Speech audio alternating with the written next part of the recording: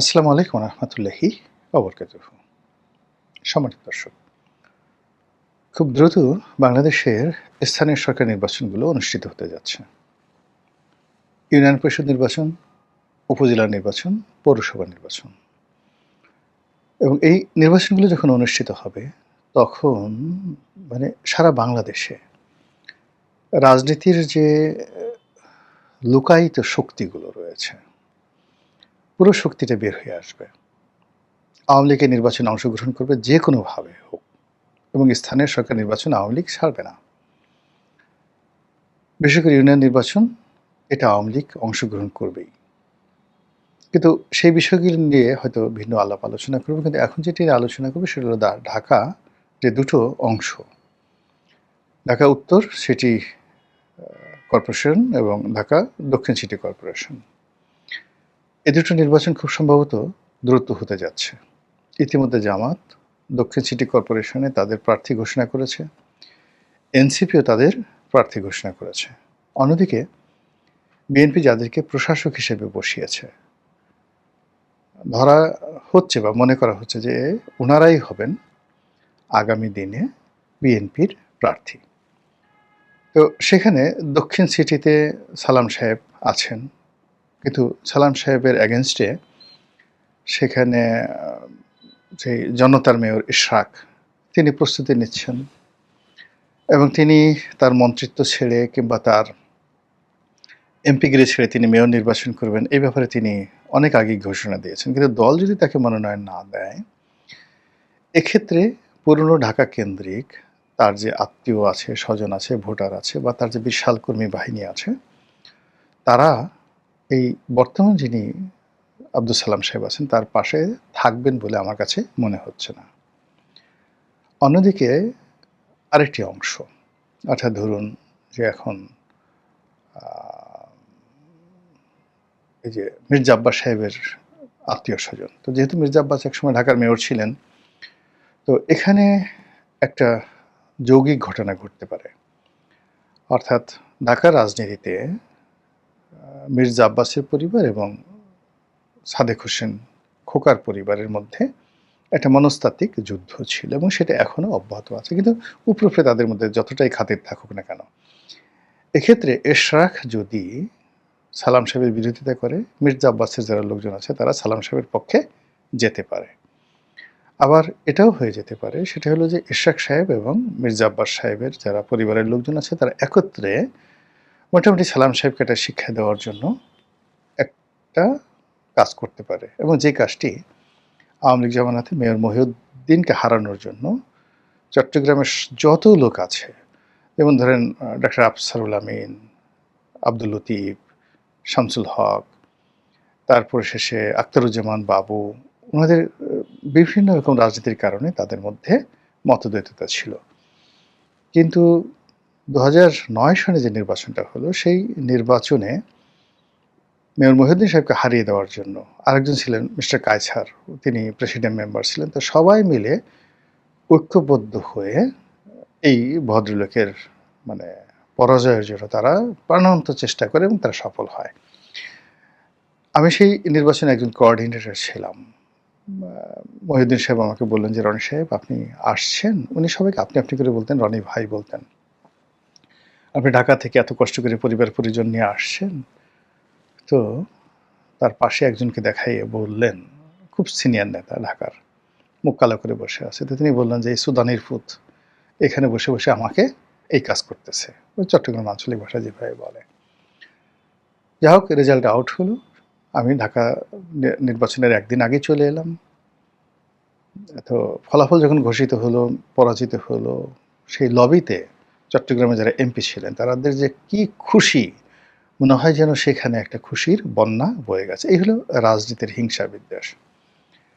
অন্যদিকে আপাত দৃষ্টিতে যেটা মনে হচ্ছে যে এনসিপি এবং জামাতের মধ্যে যে ঐক্য আছে, সেখানে এনসিপি আসিফ মাহমুদ সজীব ভুঁইয়াকে ঢাকার মেয়র করতে চাচ্ছে। কিন্তু আসলে ঢাকার মেয়র হবে আসিফ মাহমুদ সজীব ভুঁইয়া বা এনসিপির ইভেন হাসনাত বা যারা যারা সংসদ সদস্য হয়েছে, আমাদের সমাজ এখন এদেরকে কোনো এক্সিকিউটিভ পদে পাবলিক রিপ্রেজেন্টেটিভ হিসেবে তাদেরকে গ্রহণ করবে, এটা এখনো পর্যন্ত আমরা মেনে নিতে পারছি না। যেমন হাসনাত এমপি হয়েছেন, কিন্তু যদি মির্জা ফখরুল ইসলাম মুন্সী যিনি ছিলেন তার বিপরীত, তিনি যদি থাকতেন হাসনাত কীভাবে হতো সেটা পরের ব্যাপার।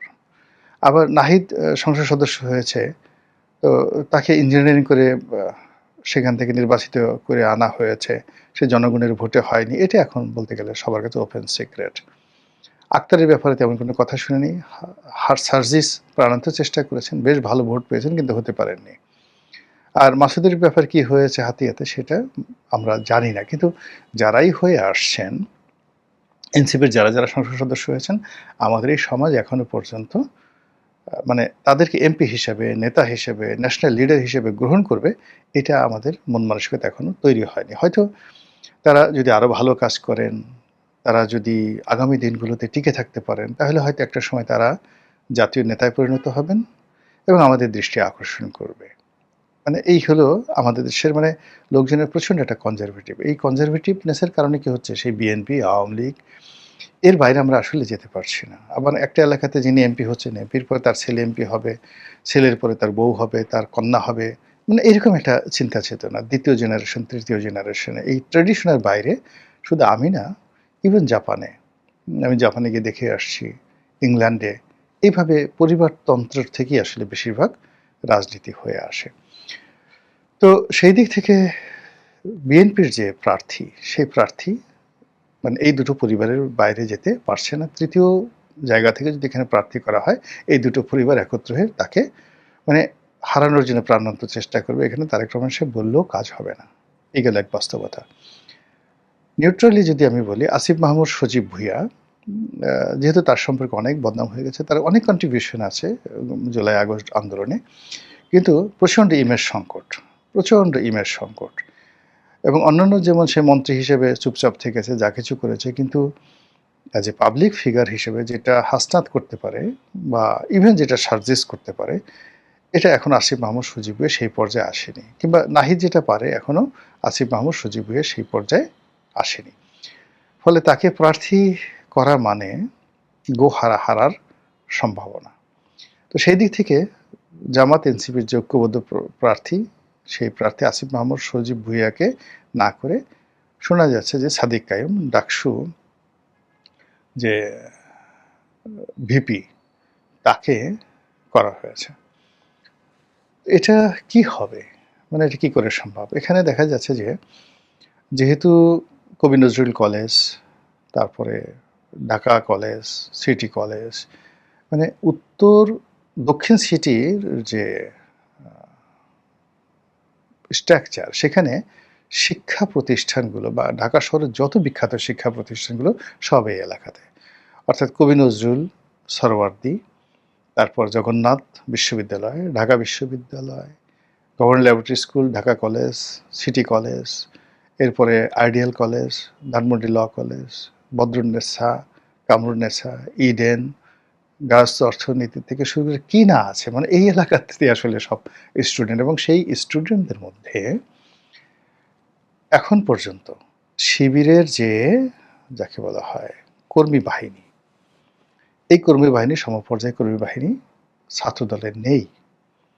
ফলে সাদিক কাইয়ুম সে বান্দরবন থেকে বা পাহাড়ি অঞ্চল থেকে, খাগড়াছড়ি, যেখান থেকে আসুন না কেন, এবং তাকে আপনি যত ইয়াং মনে করেন না কেন, তার পিছনে সংগঠনের হাজার হাজার নিবেদিত প্রাণ যারা কর্মী, তারা বাড়ি বাড়ি ছুটবে, ছেলেরা ছুটবে, মেয়েরা ছুটবে, এবং এদের সংখ্যা কয়েক লাখ। তারা অনেকে ভোটার না, কিন্তু কয়েক লাখ। আবার অন্যদিকে দেখেন যে তারেক রহমান সাহেবের বিরুদ্ধে যে একজন ভদ্রলোক দাঁড়িয়েছিলেন, তিনি কিন্তু অনেক ভোট পেয়েছেন, এবং বলা হয়ে থাকে যে সত্যিকার অর্থে তারা ওখানে বিজয়ী হওয়ার জন্য কিন্তু দেশের বিভিন্ন জায়গা থেকে ভোটারদেরকে সেখানে ট্রান্সফার করেছেন। এবং তারেক রহমান সাহেব যদি সেখানে পরাজিত হতেন, এটা অস্বাভাবিক কিছু ছিল না। এখন সেখানে কোনো সমঝোতা হয়েছে কি না বা হয়নি, সেটা পরের ব্যাপার। তো এই ক্ষেত্রে ঢাকা সিটি কর্পোরেশন, উত্তর সিটি এবং দক্ষিণ সিটি, এই সিটি কর্পোরেশনকে কেন্দ্র করে জামাত তাদের সর্বোচ্চ শক্তি দেখাবে, সর্বোচ্চ বিনিয়োগ করবে, এবং এখানে যত রকম কৌশল আছে এই নির্বাচনে জয়লাভ করার জন্য তারা চেষ্টা করবে। সেটা এই কারণ হলো ঢাকা শহরে দুটো মানে মেয়র যদি তাদের থাকে তাহলে এই শহর তারা নিয়ন্ত্রণ করতে পারবে। একইভাবে চট্টগ্রামও তারা ছাড় দেবে না। এক চুল ছাড় দেবে না এবং চট্টগ্রামে ইতিমধ্যে তারা একটা বেশ করে ফেলেছে। ফলে সামনে এই যে ঢাকা যে সিটি কর্পোরেশন নির্বাচন আসছে সেই সিটি কর্পোরেশন নির্বাচনে যদি জামাত জিতে যায় রাজনীতির কোর্স অফ অ্যাকশন পরিবর্তন হবে। যদি বিএনপি জিতে যায় তাহলে একরকম, আর যদি বিএনপি পরাজিত হয় তাহলে আর একরকম। ফলে এখন আপনি যে রাজনীতির যে দৃশ্যগুলো দেখছেন সেই দৃশ্যগুলো খুব দ্রুত অর্থাৎ এই সিটি কর্পোরেশন নির্বাচনের পরে একেবারে রিভার্স হয়ে যাবে সব কিছু। আর এর মধ্যে আওয়ামী লীগের যারা ভোটার রয়েছে সেই আওয়ামী লীগের ভোটাররা এবার খুব মানে ম্যাথমেটিক্স ব্যবহার করে, অঙ্ক ব্যবহার করে তারা প্রাণান্ত চেষ্টা করবে খেলার জন্য, এবং সেই খেলাটা হবে বিএনপির সঙ্গে, জামাতের সঙ্গে, এনসিপির সাথে, যাতে একটা সম্পর্ক নষ্ট হয়ে যায়, রাজনীতির প্রতিদ্বন্দ্বিতা হয়, রাজনীতির মাঠ ঘোলা হয়, এবং সেই ঘোলা পানিতে আওয়ামী লীগ মাছ শিকার করার চেষ্টা করবে। মহান আল্লাহ ভালো জানেন। আমাদের সবাইকে হেদায়েত দান করুন এবং হেফাজত করুন। আসসালামু আলাইকুম ওয়া রাহমাতুল্লাহি ওয়া বারাকাতুহু।